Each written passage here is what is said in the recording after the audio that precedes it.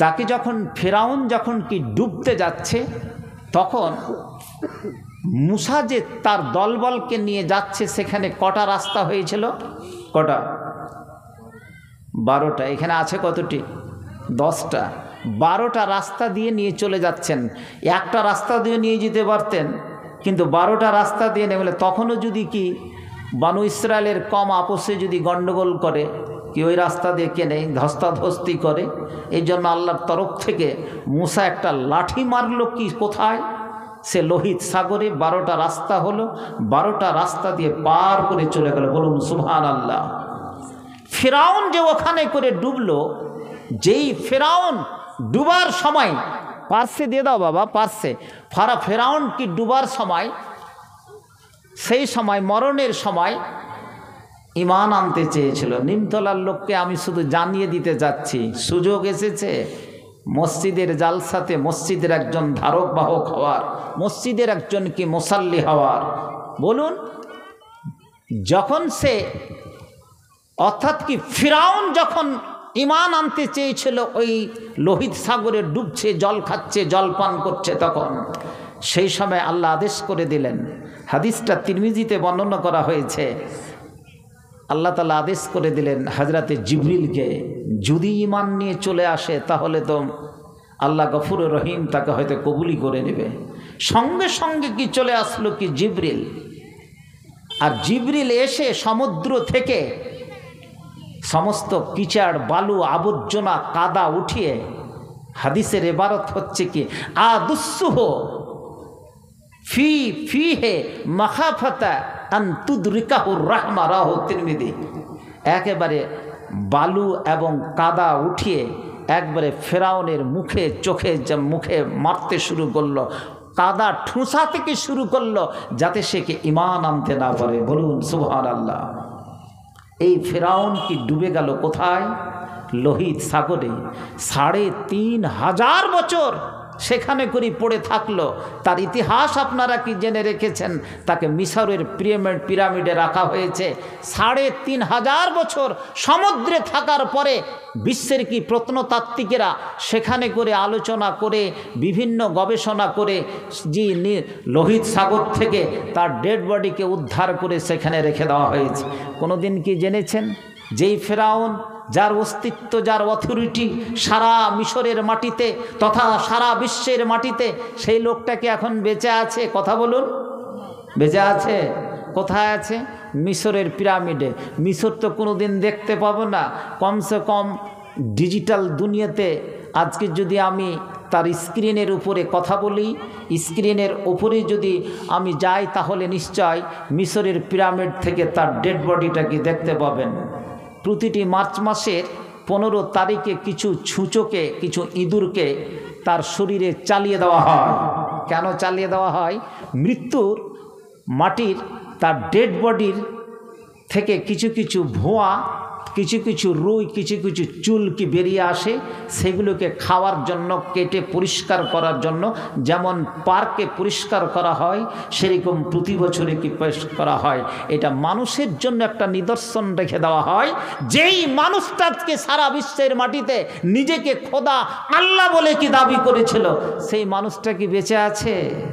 আহা নেই। ওরে আমার যুবক যুবতী, জেনে রাখুন, এত বড় একটা নিয়ামত যখন কি লোহিত সাগরে ফেরাউনকে ডুবিয়ে দিয়ে এবারে মুসা যখন তার দলবল নিয়ে পার হয়ে চলে গেল, এবং তাকে শুধু তাই নয়, এবারে যখন সে ঈমান আনতে রাজি হয়ে গেল, যে ঈমান আনবে, আল্লাহ আদেশ করে দিল জিবরিলকে, যাও যাও রে, এবং তার মুখে তুমি কাদা ঢুকিয়ে দাও, তার মুখে তুমি কিচড় ঢুকিয়ে দাও, তার মুখে তুমি আবর্জনা ঢুকিয়ে দাও। এতদিন পর্যন্ত মুসা এবং মুসার কমকে এতদিন পর্যন্ত জ্বালিয়েছে, অন্যায় অবিচার করেছে। আজ তার প্রতিফল সে পেয়ে যাক, কাদা খেয়ে যেন আজকে সে ঈমান আনতে না পারে। ওরে জিবরিল তুমি চলে যাও। জিবরিল স্বয়ং বলছে, নবীকে বলছে, ওরে নবী তুমি যদি সে দৃষ্টান্ত দেখতে, তুমি নিশ্চয় তুমি হয়রান হয়ে যেতে, হতভাগ হয়ে যেত। আমি এমন ভাবে তার মুখে কাদাগুলোকে ঢুকিয়ে দিলাম, দিলাম, সমুদ্রের বালু আমি ঢুকিয়ে দিলাম, আর সে ঈমান আনতে পারলো না।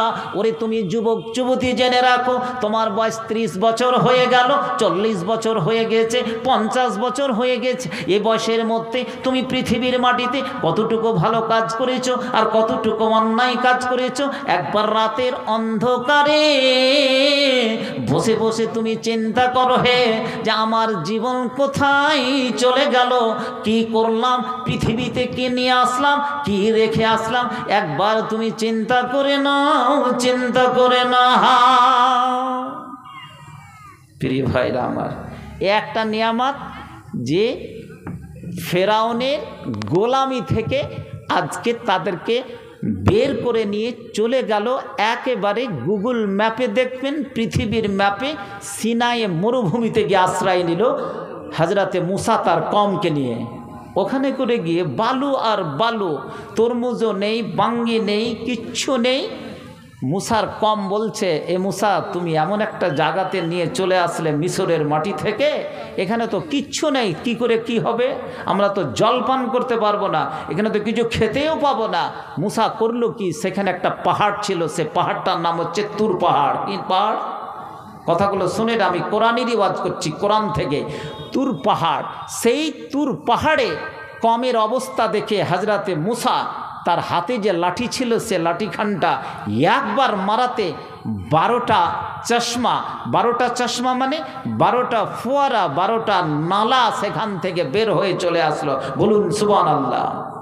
জলের আর অভাব থাকলো কি মরুভূমিতে? জল পেয়ে গেল। জল খেলে তো শুধু আর কি বলছে যে পেট ভরবে না। রমজান মাসের সময় জল যদি পান করা যায় তাহলে জলটুকুই বেশি, কিন্তু সে জলও তো পান করতে পারে না, যেহেতু নিষেধ রয়েছে। তুর পাহাড় থেকে যেই 12টা চশমা বের হলো, সে তো জলের ব্যবস্থা হলো, কিন্তু খাওয়ারের কি ব্যবস্থা হবে? আল্লাহ তাআলা ওপর থেকে জান্নাতের রেস্টুরেন্ট থেকে, হোটেল থেকে খাবার পাঠিয়ে দেওয়া হলো। বলুন সুবহানাল্লাহ। কি খাবার পাঠিয়েছিল? আজকে ওই খাবার কিন্তু আমাদের যদি চালু থাকতো, নিমতলার যুবক যুবতীরা আজকে জালসাও শুনতে আসতক না, ডেলিগেটও করতে আসতক না। দেখা গেল যে আজকে মাংস বেশি হয়ে গেছে, তাই না, লোক আসেনি কি খেতে, এরকমই কিন্তু বেশি হয়ে যেত সেই জান্নাতের কি খাবার। কোরআন কি বলছে আমি কিন্তু আয়াত পাঠ করেছি, সেটাই। প্রিয় ভাইরা আমার, খাবার যে জান্নাতের ওপর থেকে আসতো, জান্নাতের রেস্টুরেন্ট থেকে, হোটেল থেকে, সে খাবারটাকে বলা হতো, কেউ জানেন? আপনাদের জানেন? যেটা বিরিয়ানি আসতো, চকলেট, পপলেট আসতো, আরও কিছু আসতো না, ওই খাবারটাকে বলা হয় মান্না সালওয়া। কি বললাম? একটা নাম হচ্ছে মান্না আর একটা নাম হচ্ছে কি সালওয়া। মান্না খাবারটা কি, মুফাসসিরিনে কিরাম তার ব্যাখ্যা বিশ্লেষণ করেছেন। কোকিল পাখি দেখেছেন? কোকিল পাখি দেখেননি? কোকিলের আওয়াজ শুনতে খুব ভালোবাসে না? মার্চ মাসে সকালবেলায় যখনই আম গাছে মুকুল চলে আসে, সকাল সকাল কোকিল আওয়াজ দেই, আওয়াজটা শুনতে ভালোবাসে, কিন্তু তার রং কিন্তু সাদা নয়, কালো, পিছনের লেজটা একটু বাড়া। কোকিলের মতো কি একটা পাখি, যেই পাখিটা আকাশ থেকে উড়ে এসে গাছে বসত, সেটাকে জবাই করে প্যাকিং করে দেওয়া হতো। বলুন সুবহানাল্লাহ। শুধু কি তাই, সালওয়াটা কি জিনিস? প্রিয় ভাইরা আমার, যার তাফসীর কি বলা হয়েছে, মরুভূমির প্রান্তরে যদি আল্লাহর তরফ থেকে যদি বৃষ্টি হয়, সে বালুর উপরে এমন একটা শাওলা জাতীয় জিনিস তৈরি হয়। ব্যাঙের ছাতা দেখেছেন? ব্যাঙের ছাতা বাঁশ গাছের বা কান্টা জঙ্গলে কি হয়, সেরকম টাইপের একটা ব্যাঙের ছাতা, একে বলা হয় মাশরুম। কি বলে? মাশরুম বলা হয়। যারা বায়োলজিক্যাল সায়েন্সের কি ছাত্র তারা বুঝে সালোয়া কি জিনিস, মাশরুম। বর্তমান বাজারে যদি কিনতে যান ভারতবর্ষের মাটিতে, মাশরুমের 1 কেজির দাম প্রায় 5 লক্ষ টাকা। বলুন সুবহানাল্লাহ। এই খাবার আকাশ থেকে কি ব্যবস্থা করে দিলেন কে? আল্লাহ তাআলা। তো এটা একটা নিয়ামত। দ্বিতীয় নিয়ামত, প্রথম নিয়ামত লোহিত সাগর থেকে মুসার কওমকে আল্লাহ তাআলা কি বাঁচিয়ে নিলেন। বলুন সুবহানাল্লাহ। আর দ্বিতীয় যেটা কি নিয়ামত, সেটা হচ্ছে কি তুর পাহাড় থেকে যেই 12টা নালা বের হলো কি জলের ট্যাপ বের হলো, এটা হচ্ছে দ্বিতীয় নিয়ামত। আর তৃতীয় নিয়ামত হচ্ছে আকাশ থেকে, অর্থাৎ জান্নাতের হোটেল থেকে, জান্নাতের রেস্টুরেন্ট থেকে খাবার আসলো, মান্না সালওয়া, দুটো প্যাকিং করা মাংস, আর আপনার কি সেই মাশরুম। মাহা, এরকম খাবার যদি সময়তে আসতো, সময় হলেই কিন্তু সেই মরুভূমি প্রান্তরে কি পড়তে থাকতো। এ কম, মুসার কম। পৃথিবীতে এতগুলো নবী এসেছে, আমি বলতে গেলে চাইছি আজকে এই বক্তৃতাটা আমি দিতাম না, রাস্তাতে আস্তে আস্তে কি মনে করলাম যে এই কথাটিকে আজকে বলা যাক নিমতলার লোককে। এত বড় কি তিনটা নিয়ামত, তাকে বাঁচানো হলো, জলের ব্যবস্থা করে দেওয়া হলো, বিনা পয়সায় তার কি খাবারের ব্যবস্থা করে দেওয়া হলো, সে আকাশ থেকে কি জান্নাত থেকে, তবু কি বেঈমান কম, এত কন্ডম, এত গর্দব, এত কি মূর্খ, এত গবেট কম, সেই মুসাকে মুসা বলে তারা, নবী বলে তারা অস্বীকার করলো। কি করলো? প্রতিদিন এই খাবার খালি খেতে থাকে। একজনকে যদি প্রতিদিন দাঁড়ি আর কি পাটের শাক যদি দেওয়া যায়, তাহলে বলবে না কি যে প্রতিদিন আমাকে এরকমই কি খাবার দিচ্ছে। কিন্তু যদি প্যাকিং করা মাংস আছে, প্রত্যেক যদি ডেলিগেটের খাবার যদি পাওয়া যায় বিনা পয়সায়, অসুবিধা কিছু নেই। কিন্তু বেঈমান কম, জি না শুকরা কম, করলো কি? আয়াত পাঠ করছে, আল্লাহ নাসবিরা আলা তামিন ওয়াহিদ। এ মুসা, প্রত্যেক দিন একই রকমের তুই খাবার খাওয়াবি, মান্নার সালোয়া, এটা হতে পারে না। কি করতে হবে? ফাদউ লানা রাব্বাক, তুই তোর প্রভুর কাছে তুই কথা বল, আল্লাহর কাছে কথা বল, ওখানে বল। রব্বাক কথাটা বলছে মানে আমাদের প্রভু নয়, তোর প্রভু, মানে এখনো পূর্ণাঙ্গ ঈমান আনেনি এই বেঈমান কম। যারা এই সমস্ত লোকগুলো কোথায় আছে, এই সমস্তগুলোর ইতিহাস আলাদা, আমি অতগুলো বিস্তারিত আলোচনায় যাচ্ছি না। মুসাকে যেইভাবে তারা জ্বালিয়েছে তার জীবদ্দশায়, পৃথিবীর মাটিতে নবীকে খুব কমই কি জ্বালিয়েছে। যদি তাফসীর পড়েন বুঝতে পারবেন। মুসার নামে কোরআনে মাজিদে একটা সূরা, তো মুসা একটা সূরায় আছে প্রিয় ভাইরা আমার। এই সূরাগুলো পড়তে গেলে, তাফসীর পড়তে গেলে কি কি পড়বেন আপনি? যারা বাংলা ইংরেজির ছাত্র ছাত্রী তারা এগুলো পড়তে পারে, ভালোভাবে কি দেখে নিতে পারে। কোন জায়গায় দেখতে পারে? সূরা তহা পড়ার জন্য আপনাকে আমি আহ্বান করছি। Every human being can study সূরা তহা, পড়তেই পারে। জি, ফ্রম কি বলছে কি যে মর্নিং টাইমে পড়ুন, ইভিনিং টাইমে পড়ুন, এগুলো পড়াটা উচিত। আচ্ছা, আপনি সূরা মুসাও কি পড়তে পারেন, সূরা কাসাস কি পড়তে পারেন। বিশেষ করে একটা সূরা, সেটা হচ্ছে কি সূরাতুশ শুরা বলে একটা সূরা আছে কোরআন মাজিদে। সেই সূরাটার তাফসীর আপনারা বাংলা অনুবাদ পড়বেন। যদি সত্যিকার আন্তরিকতার সঙ্গে যদি পড়ি, ব্লাড গরম হয়ে যাবে, চক্ষু দিয়ে জল আসবে, নাক দিয়ে জল আসবে, তাহলে বুঝতে পারবো কি আপনি একজন কি মুমিন। না, এ খাবার আর খেতে পারবো না। তিনটা নিয়ামতকে অস্বীকার করে দিল, মনে থাকলো না। এই মুসার কম, মুসাকে এমনভাবে কি জ্বালিয়েছে, খুব কমই নবীকে জ্বালিয়েছে। কোরআন মাজিদে বর্ণনা করবেন, কোরআন মাজিদে মাত্র 25টা নবীর কি জিকির আছে। কটা নবীর? কটা? কিছুই বলছে না লোকজন। কইছে আমি তো খুলাও দেখিনি। কতজন কোরআন মাজিদ পড়তে জানেন? হাত উঠান তো দেখি, হাত উঠান। একজনও জানে না। ওইটা বুড়া মানুষ, ওরা হয়তো সেই বুড়ো মানুষ কয়দিন পরে কি মরে যাবে। যুবক ছেলে একটাও কি কোরআন মাজিদ পড়তে জানে? মা বোনেরা তো সবই পড়তে জানে। আহা, আমার বক্তৃতার যে কোনো স্লোগান, উপসংহার, তুমি কোরআন পড়ো। যারা কোরআন পড়বে না তাদের জন্য একটাই কি স্লোগান, কুকুর ভুঁইস ছাগলের যেমন কি মৃত্যু হয়, কোরআন না পড়ে জগৎ থেকে যারা বিদায় নেবে তাদের মৃত্যুটা কিন্তু সেরকম। নারে তাকবীর। প্রিয় ভাইরা আমার, ভাবতে শিখুন। আমার কিছু যায় আসে না। আপনাকে আমি বলতে চাইছি, কু আনফুসাকুম ওয়া আহলিকুম নারা, তুমি নিজে বাঁচো এবং অপরকে কি বাঁচান। এখানে বক্তৃতা দেওয়ার উদ্দেশ্যটা কি? আমি তো একজন মৌলভী সাহেব, কোরআন মাজিদ পড়তে জানি। তুমি একাই জান্নাতে যাবে নাকি? না তোমার বিবিকে নিয়ে যাবে, না তোমার বাবাকে নিয়ে যাবে, না আত্মীয় স্বজনকে নিয়ে যাবে, না আপনি একাই জান্নাতে থাকবেন। আপনার ছেলে মেয়ে, আপনার বাবা মা জান্নাতের জাহান্নামের কোনো কোণাতে আগুনে জ্বলছে, আপনি এটা কি দেখতে পারবেন? এই যুগে যেমন আপনার বাবাকে বা আপনার মাকে কেউ যদি অকথ্য ভাষায় গালি দেয়, কোনো যুবককে যদি অকথ্য ভাষায় গালি দেয় নিজের ভাইকে, সঙ্গে সঙ্গে নেংটি মেরে, মালচা মেরে, কাছা মেরে, যে যা কিছু আপনার কাছে অস্ত্র আছে তার প্রতিদ্বন্দ্বিতা করবেন কি করবেন না? করেন তো। তাহলে জান্নাত যেতে গেলে শুধু আপনি একাই যাবেন না, জান্নাত যেতে গেলে সাজ সরঞ্জাম সবাই মিলে কে নেবেন।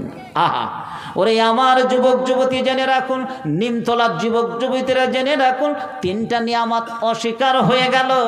তাকে কি নাবির কাছে প্রতিদ্বন্দ্বিতা শুরু করলো, ওরে মূসা তোর এরকম খাবার প্রত্যেক দিনের খাবার আমরা খেতে পারবো না, এই যে তোমার কি পাটের শাক, এই যে তোমার আজকে কি ডাঁড়ি, এই সমস্ত জিনিসগুলো, এই তোমার রাম পটল প্রত্যেক দিন আমার পক্ষে খাওয়া সম্ভবপর নয়, অতএব তুমি খাবার পাল্টে দাও, খাবার তুমি এক্সচেঞ্জ করে দাও। খাবার এক্সচেঞ্জ করলে কোথা থেকে আসে? এটা কোনো দুনিয়ার খাবার নয় রে, নয়, এটা হচ্ছে কি আকাশের খাবার। অতএব তুমি আল্লাহকে ফোন করে দাও, আল্লাহকে তুমি সংবাদ দিয়ে দাও, সেখানে যেন খাবার পরিবর্তন হয়ে আসে। ওরে যুবক যুবতী জেনে রাখুন, জেনে রাখুন, এ খাবার হচ্ছে একমাত্র তোমার আমল, এ খাবার হচ্ছে একমাত্র তোমার কিরদার ব্যবহারের জন্য। তুমি যদি বেশি অন্যায় করো তাহলে উপর থেকে খাবার বন্ধ হয়ে যাবে, তখন তোমার এই খাবারকে রোকার কেউ এই জগতে লোক থাকবে না। এবারে যখন বেশি বেশি বেশি বেশি করে যখন কথা বলতে লাগলো, আকাশের খাবার বন্ধ হয়ে যায়। তিনটা নিয়ামত অস্বীকার, তিনটা নিয়ামতের পরিবর্তে আল্লাহ তাদের খাবারের ব্যবস্থা। লক্ষ্মী ভাণ্ডার যেমন মাসের শেষে সুড়সুড় করে ঢুকে পড়ে, জি মেয়েরাও জানতে পারে না, পুরুষটা তো জানতেই পারে না। পুরুষ কখন জানতে পারে? যখন ব্যাগটা মাসের শেষে উঠিয়ে কোনো স্টাইল বাজার, সানন্দার বাজারে গিয়ে, কোনো ভিআইপি স্টাইল বাজারে গিয়ে যখন আমার স্ত্রী, আমার কি যুবতী মেয়েরা ঢুকে, তখন বাড়ির কর্তৃপক্ষ জানতে পারে, তার আগে জানতে পারে না। এই খাবার সুড়সুড় করে আকাশ থেকে আসা খাবার বন্ধ হয়ে গেল। এটা বন্ধ করলো কে? মুসা না তার কম? কে করলো? কম। এবারে মসজিদের যারা ধারক এবং বাহক, মসজিদটা তো দেখলাম অতি সুন্দর, কিন্তু প্রতি বছরে কি জালসা করি, মসজিদের সাথে যদি নাফরমানি করি, মসজিদে যদি আমি কি হাজিরি দিই, আর মসজিদকে যদি আমি আবাদ করতে না পারি, তাহলে প্রতি বছর জালসা করে আপনি কি জবাব দিবেন আল্লাহর কাছে? সেটা একবার রেডি থাকুন এবং ডায়েরি নিয়ে কি ব্যস্ত থাকুন, কি জীবনের আত্মসমীক্ষা আপনাকে নিতে হবে। ইসলামটা অত সোজা নয় না, তো খুবই সহজ। ইসলামটাকে আমরাই কিন্তু আজকে কঠিন করে নিয়েছি প্রিয় ভাইরা আমার। এই কঠিন থেকে বাঁচতে গেলে আমাদেরকে তার প্রতিকার বের করতে হবে, তার সংশোধনের কি নিয়ম কানুন কি বের করতে হবে। আহা, হযরত মুসা একটা কথা বলল, ঠিক আছে তোমাদের এই খাবার চলবে না, জি শামসির মার্কেটের রেগুলেটেড মার্কেটের খাবার চলবে না, তো একটাই কথা, পার্সে রয়েছে কি ফিলিস্তিন, ফিলিস্তিন সিনাই মরুভূমি ডেজার্ট এরিয়া, তারপরে কি মিশর, এখনও সেই অবস্থায় কি আছে দেখে নিতে পারেন। ঠিক মিশরকে যদি তুমি ফাতা করতে, ফিলিস্তিনের মাটিকে যদি তোমরা জয় করতে পারো, তাহলে ওখানকার মাটি এত উর্বর, সেখানে করে কি হবে, রসুন হবে, পেঁয়াজ হবে, কাঁকড়ি হবে, বাঙ্গি হবে, তরমুজ হবে, যতই রকমের খাবার তুমি খেতে চাও সেখানে করে যেতে হবে। এ কম বত্তার কম কি বলেছিল মুসাকে, কে ইদহাব আনতা ওয়া রব্বুকা ফাকাতিলা, ওদের সঙ্গে আমরা যুদ্ধ করতে পারবো না, খ্রিস্টানের সঙ্গে, ইহুদির সঙ্গে, খ্রিস্টানের সঙ্গে তোমার প্রয়োজন হলে তুমি যাও, আর তোমার রব যে যুদ্ধ করবে। আর যখনই জমিটা কি রেডি হয়ে যাবে, ভূমি যখন পরিষ্কার কি রেডি হয়ে যাবে, তখন আমরা কিন্তু সেখানে করে সে পাকওয়ানকে খাবো। নাউজুবিল্লাহি মিন যালিক। মুসার কম কত রকমভাবে হযরতে মুসাকে জি অন্যায়কে অবিচারের মধ্যে জ্বালিয়েছে, জি চোখ দিয়ে জল আসবে, ব্লাড গরম হয়ে যাবে। মুসা কিন্তু তখনও হতভম্ব হয়ে যায়নি।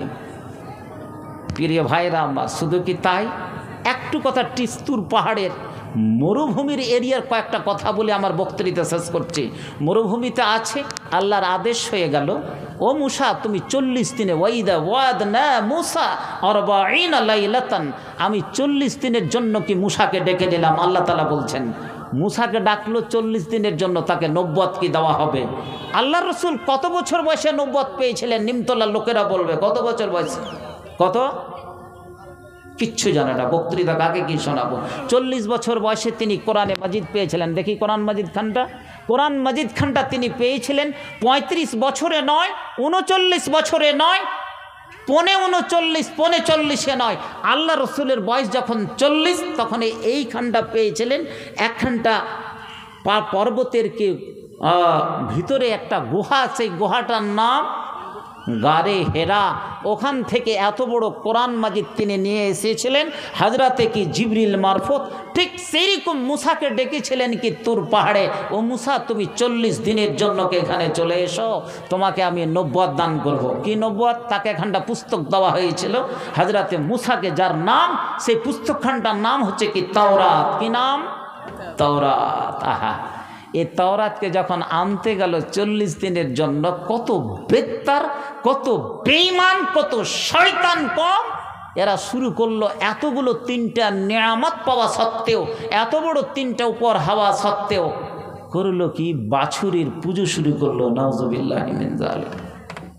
দাদা একটু ক্ষমা করেন, ছেড়ে দেবো না ছাড়িয়ে না। আপনাদের একটু জানাচ্ছি যে আর একজন বক্তা আছেন, তানভীর আলম চতুর্বেদী, আমাদের শেখ দাদার পরে উনি আসবেন আর কি। তো আপনারা চলে যেন না আর কি, উনি এসছেন, ওনারও বক্তব্য অবশ্য শুনে যাবেন।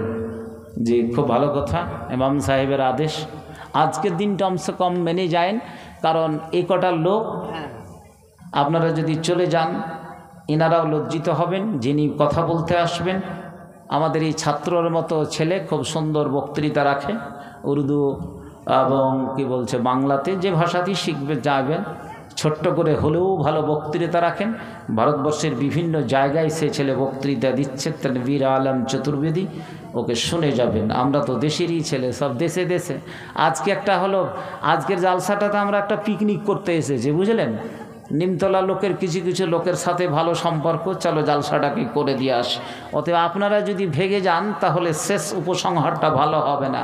বলুন ইনশাআল্লাহ, বলেন জোর করে ইনশাআল্লাহ। এটা কি জন্য পড়লেন? চলে যাওয়ার জন্য ইনশাআল্লাহ নাকি থাকার জন্য ইনশাআল্লাহ? আর শেষ দোয়াটি একরাম সাহেব আপনাদের দোয়াটা পড়িয়ে দিবেন, মা বোনেরা সেই দোয়া পড়ে যাবেন। আমি খুব সংক্ষিপ্তের মধ্যে একটু ওয়াজ করে আপনাদের সঙ্গে একটু আদান প্রদান করব। যার শেষ ভালো তার সব ভালো, কাজটা কিন্তু করে যাবেন। প্রিয় ভাইরা আমার, বাছুরের পূজা শুরু করলো। বাছুর কার পূজা করা দরকার ছিল? আল্লাহ। এই বাছুরের যে পূজা শুরু করে দিল খালি চলে যাওয়াতে, নবুয়তের জন্য কিতাব তাকে দেওয়া হবে, এরকম একখানটা কিতাব, বাছুরের পূজা করা শুরু করে দিল। আমি সংক্ষিপ্ত করে বলছি। এবারে যখন তিনি নবুয়ত পেয়ে গেলেন, নবী হয়ে আসলেন, কিতাবখানটা নিয়ে আসলেন কি? আর তাওরাত। ওরা বলছে এসে, মুসা এসে বলছে যে আমি তো নবী হয়ে চলে এসেছি এবং আমাকে তাওরাত দেওয়া হয়েছে। ওরা বলছে কি কোরআনে মাজিদের 1500 বছর আগেকার কথা নয়, এটা মোটামুটি 4 থেকে 5000 বছরকার আগের কথা। আর আমার নবী থেকে পর্যন্ত সময়টা 1500 বছর আগেকার কথা। বলছে লান নুমিনা লাক, আমরা অবশ্যই কি ঈমান আনবো না তোর উপরে, হাত্তা নারাল্লাহা জাহরাতান, যতক্ষণ পর্যন্ত আমরা প্রকাশ্য তোমার আল্লাহকে দেখতে না পাবো ততক্ষণ পর্যন্ত তুই তাওরাত পেয়েছিস, নবুয়ত পেয়েছিস, এর উপরে আমরা ঈমান আনবো না। তাহলে বার্তার কম আপনাকে শুনিয়ে যাচ্ছি, খালি দৃষ্টান্তগুলি কতভাবে মুসাকে তারা জ্বালিয়েছে। 3টা নিয়ামতকে অস্বীকার করার পরেও কত রকমভাবে তাকে জ্বালিয়েছে। মুসা কি ছেড়ে পালিয়ে গেছিল? কমকে পালাইনি। আর একটু কথা আপনাদেরকে এগিয়ে নিয়ে যান। বিশ্বাস করলো না, বাছুরের পূজা শুরু করে দিল। তারপরে বলছে কি যে তোমার আল্লাহকে দেখা না পর্যন্ত তোমার উপরে ঈমান আনবো না। আর একটু কথা, তাকে মুসাকে যে কিতাব দেওয়া হয়েছিল, মুসার পরে আরেকজন নবীর কথা এখানে প্রসঙ্গে আসতে পারে। এই কম কত বদ্দার, কত বেঈমান। ইহুদি যারা মোটামুটি 1.5 থেকে 15 কোটি লোক সারা বিশ্বে, দিল্লির মতো জায়গাতে 5% শিখ, কত পার্সেন্ট শিখ যারা পাগড়ি বেঁধে থাকে, সম্পূর্ণ দিল্লির উপরে নেতৃত্ব দিচ্ছে কি তারা। আজকে সারা বিশ্বে নেতৃত্ব দিচ্ছে কে? কে দিচ্ছে? ইহুদি। কে দিচ্ছে? ইহুদি। কোরআন মাজিদে তার নাম আছে আল মাগজুবি আলাইহিম, এটা ইহুদি, অভিশপ্ত কম। আর একটা কম আছে আল যাল্লিন, অল মুরাদ বিহিয়ের থেকে হচ্ছে খ্রিস্টান যারা, জিসাসের যারা, এরা হচ্ছে কি, এরা হচ্ছে পথভ্রষ্ট পাগল। এরা শুধু কি মদ পান করে আর একটা যুবতী মেয়েকে হাত ধরে পার্কে শুধু কি ঘুরে বেড়ায়, এরাই হচ্ছে কি বলা জালিম। আর একটা কোরআন মাজিদে শব্দ এসেছে ইবলিস, নাম শুনে রেখেছেন তো? বলে না মানুষের বাচ্চাকে কোনো কোনো সময় আমরা ইবলিস বলে দেয়, মনে হচ্ছে ইবলিসের বাচ্চা। ইবলিস তো একটাই, কিন্তু ইবলিসের বাচ্চা কি মানে ইবলিস এজেন্ট ছেড়ে গেছে জগতে। নিমতলা তো আছে, শামসি তো আছে, যে আমার হরিশ্চন্দ্রপুরে আছে, সব জায়গাতে। ইবলিস মানে যে ইবলিস তাকে বলা হবে যে আল্লাহকে জানা সত্ত্বেও যে অস্বীকার করবে, দ্যাটস ইবলিস। কি হলো? ইবলিস। প্রিয় ভাইরা আমার, এই ইবলিসকে পেলেন, ইয়াহুদিকে পেলেন, আর নাসারা কি খ্রিস্টানকে পেলেন। ঠিক আছে, আজ এ কম কত বদ্দার। হজরতে দাউদ আলাইহিসসালাম হিলা বানাবেন না, কোনো রকমের বাহানা তৈরি করবেন না ইসলামের খাতিরে। টাকা যখন চাইছে আজকেই যখন দিতে হবে, আপনি কালকে কেন করবেন? পরশু দিন দিয়ে দেব, তরশু দিন দিয়ে দেব, দুদিন পরে দান করব। ব্যাপারটা কি? হজরতে দাউদ আলাইহিসসালাম যখন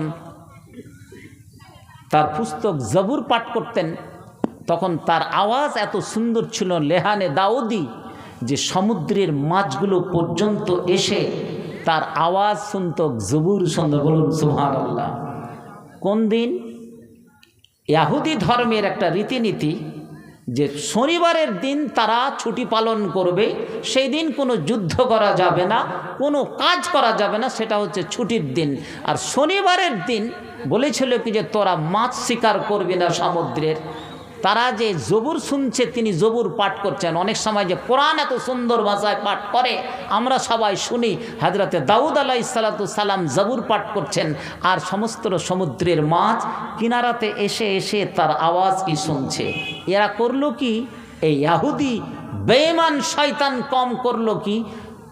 শনিবারের দিন মাছ ধরা নিষেধ তো, ঠিক আছে তোর কথা মেনে নিলাম, কিন্তু বানা দিয়ে বেড়া দিয়ে সমস্ত মাছটিকে কি ঘেরে দেব, আজকে শিকার করব না, পরের দিন শিকার করব। এটা হিলা বানিয়ে দিল। কিন্তু শনিবারের দিন মাছ শিকার করতে কি ছিল? মানা ছিল। এবারে সকাল হতে হতে দেখা গেল যতগুলো লোক মাছ শিকার করতে এসেছিল সমস্তগুলো কোনো কিরাদাতান খাসিন, সমস্ত লোকগুলোকে বাঁদরে পরিণত হয়ে গিয়েছিল। প্রিয় ভাইরা, এটা কোরআন বলছে, এটা লেখা আছে কোরআনে, পড়ে নেবেন যে তোমরা সব বাঁদর হয়ে যাও। সমস্ত বাঁদর। বাঁদর কি করে? কোনো জায়গায় ঝুলে বিভিন্ন জায়গাতে মানুষকে কি প্রেশান করে, এনজয়মেন্ট করে। এই বাঁদর একটা হাদিস এখানে করে মনে পড়ছে, কিতাবুল ফিতানের আশরাতুল কায়ামার কি হাদিসটি আজকে মনে পড়ছে। মানুষ যদি কোনো মানুষকে আল্লাহ যদি ইচ্ছা করে তাহলে দুটো প্রাণীতে বদলে দিতে পারে। ভালো করে কান খুলে শুনবেন, এই সমস্ত জিনিস কোথাও পাবেন না। যারা স্টাডি করে তারাই বুঝে।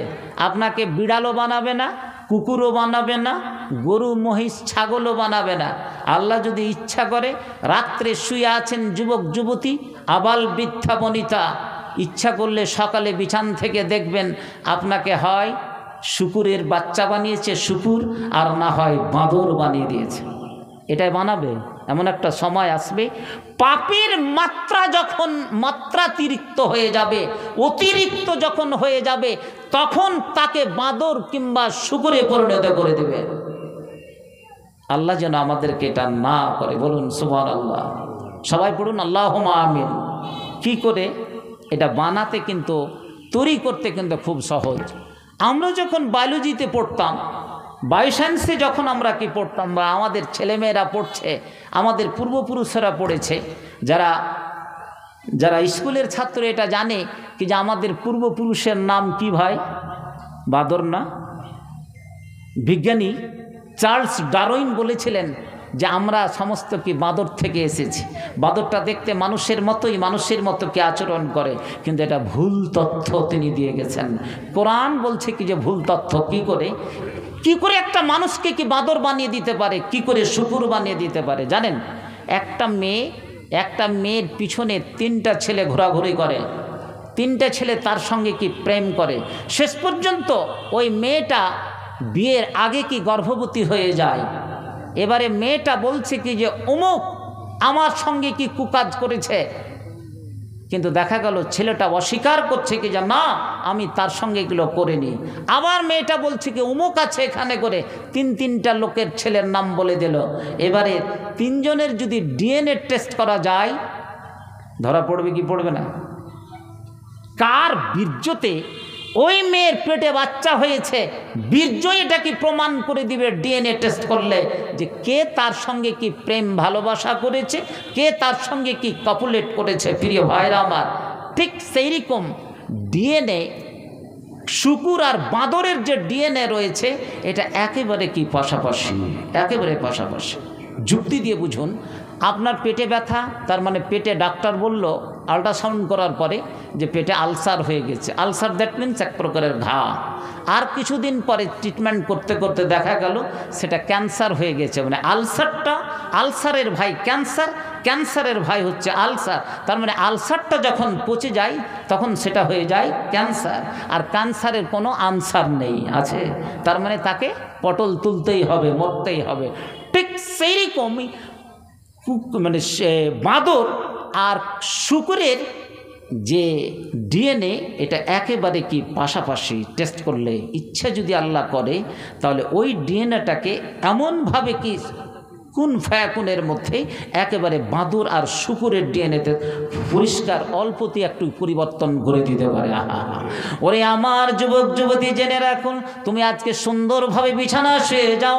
আল্লাহ এবং আল্লাহ রসুলের ফার্মাবারদারি, আল্লাহ এবং আল্লাহ রসুলের সঙ্গে যদি তোমার সঠিক কি ব্যবহার থাকে, তুমি কোনোদিন বাঁদর হতে পারো না, কোনোদিন শুকুর হতে পারো না। যখন তুমি অতিরিক্ত পাপ করবে, অন্যায় অবিচার করবে, তখন নিশ্চয় আল্লাহ তাআলা তোমার সঙ্গে কে এরকম ব্যবহার করতে পারে। ওরে যুবক যুবতী, জেনে রাখুন, জেনে রাখুন, আজকে আমরা কি মসজিদে হাজিরি দিই না?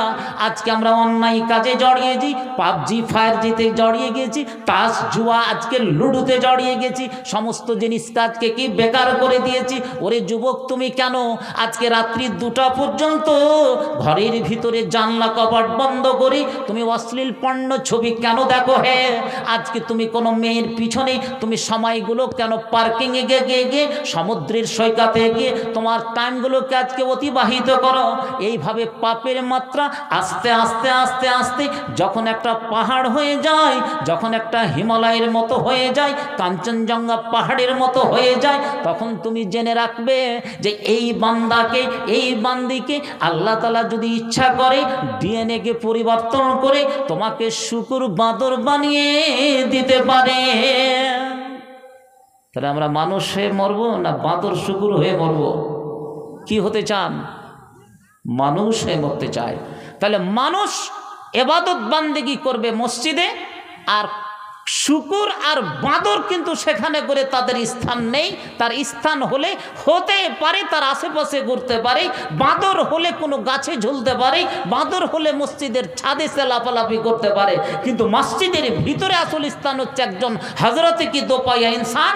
তাদের জন্য কি মসজিদ অতীব আহাব্বুল বেলাদিল আল্লাহি মাসাজিদুহা, পৃথিবীর মধ্যে সবচেয়ে উন্নত মানের জায়গা হচ্ছে কি মসজিদ। অতএব মসজিদের সাজ সরঞ্জামের জন্য শুধু বছরে একটা জালসা করে সুন্দর টাইলস করে দিয়ে, মার্বেল পাথর করে দিয়ে, এসি করে দিয়ে এটা মসজিদের কোনো উন্নতি নয়। মসজিদের উন্নতি কি? মসজিদে যেমন মাওলানা ইকরাম সাহেব এখানকার সভাপতি নাকি ইমামকে ওখানকার মসজিদের ইমামকে, আর আপনি মসজিদের ইমাম, আপনি মক্তব এখানে চালান। ইনাকে তো আমি অনেক আগে দেখেছি, লোকটা একেবারে হুড়মুড়িয়ে গেছে, মানে ভালো করে খেতে টেতে আপনারা দেন না, হয়তো বয়স হয়েছে। মসজিদের আবাদ করবে কি মক্তব? এখানে মক্তব চলছে, চলে না? কি চা আপনি পড়ান? মাশাআল্লাহ, মাওলানা হাট্টা কাট্টা আছে, প্রত্যেকটা ছেলে তৈরি হবে। মসজিদের সৈনিক মুজাহিদ তৈরি করতে গেলে কি করতে হবে? মক্তব চালাতে হবে। বলুন, মক্তব। ওনার বেতনটা ভালো করে বাড়িয়ে দিবেন, দরকার আর একটা মাস্টারকে রেখে দিবেন। এটা একাডেমি মিশনের কি কাজ দিবে? এটা প্রত্যেকেরই জরুরি। ইট ইজ কি mandatory, it is first and কি ফার্মাস্ট ডিউটি টু প্রোপাগেট এ মক্তব ফর এভরি কি ভিলেজ। প্রত্যেকটা গ্রামে একটা করে মক্তব চলবে, কোরআনের কি সেখানে করে শিখবে সেটাই। আজকে আমি এখানে ওবায়দুল্লাহ ফালাহির মতো কথা বলছি, মক্তবে দু চারটা লাঠি কার কাছে খেয়েছি, পড়েছি, মা বাবা কি মেরেছে, তবু আমরা হয়তো মাঝে মধ্যে গেছি, কিন্তু যে কোটা দোয়া শিখেছেন কোথা থেকে? কোন থেকে? মক্তব থেকে। মরণের সময় দোয়াটায় মক্তবেরই দোয়া কি বেরিয়ে আসবে? মা বোনেরা কি মক্তব ভালো বুঝে? আমরা কিন্তু মক্তব বুঝি না। অতএব ওই সেই দিকে লক্ষ্য রেখে মক্তব্যে ভালো মাওলানা রেখে মাওলানার বেতনটাকে ভালোভাবে বাড়িয়ে দিয়ে আপনি মিশনে একাডেমি কনভেন্ট সব জায়গায় পড়ান, কিন্তু প্রথমে তালিমটা আপনারা কোরআন মাজিদ